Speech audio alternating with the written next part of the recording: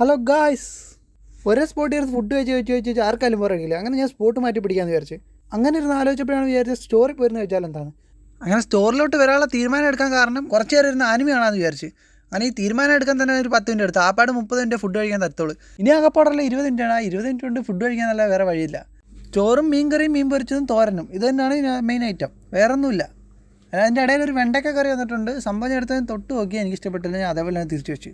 പിന്നെ മീൻ കറി ഓപ്പൺ ചെയ്ത് അതിനകത്ത് ഏതെങ്കിലും മീനെല്ലാം ഉണ്ടോ നോക്കാൻ ചെറിയതൊരു മീൻ കിടപ്പുണ്ട്. പിന്നെ നമ്മൾ അവസാനം എടുക്കാൻ വേണ്ടി മാറ്റി വെച്ചിരുന്ന പൊരിച്ച മീൻ അങ്ങോട്ട് എടുത്ത് തുറന്നു നോക്കാമെന്ന് വിചാരിച്ച്. അങ്ങനെ ഏത് മീനാണെന്ന് എനിക്കറിയത്തില്ല, പക്ഷേ സംഭവം വലുതാണ് അത്യാവശ്യം. പിന്നെ ഞാൻ ഒട്ടും സമയം കളഞ്ഞില്ല, അതിനകത്ത് തന്നെ ഒരു വലിയ പീസ് എടുത്ത് ആദ്യം കഴിച്ചു നോക്കി. അങ്ങനെ സംഭവം സൂപ്പറായിരുന്നു. അങ്ങനെ ഫുഡൊക്കെ കഴിച്ച് കഴിഞ്ഞിട്ട് ഞാൻ വീണ്ടും നേരെ കടയിലോട്ട് വിട്ടു. കടയിലെത്തിയപ്പോൾ നമുക്കൊരു മിൻറ്റ് ഓയിൽ വന്നിട്ടുണ്ട്, സാമ്പിൾ. പിന്നെ അത് വെച്ചായിരുന്നു കുറച്ച് നേരം പരിപാടി. മിൻറ്റ് ഓയിൽ ലിറ്റർ 400 ദിർഹംസാണ്. കിഡിലെ ഒറിജിനൽ ഐറ്റമാണ്. ഇത് നമുക്ക് ബോഡിയിലൊന്നും യൂസ് ചെയ്യാൻ പറ്റത്തില്ല, ഫുഡിന് സ്മെല്ലിന് വേണ്ടി യൂസ് ചെയ്യാൻ മാത്രമേ പറ്റത്തുള്ളൂ എന്നാണ് പുള്ളി പറഞ്ഞത്.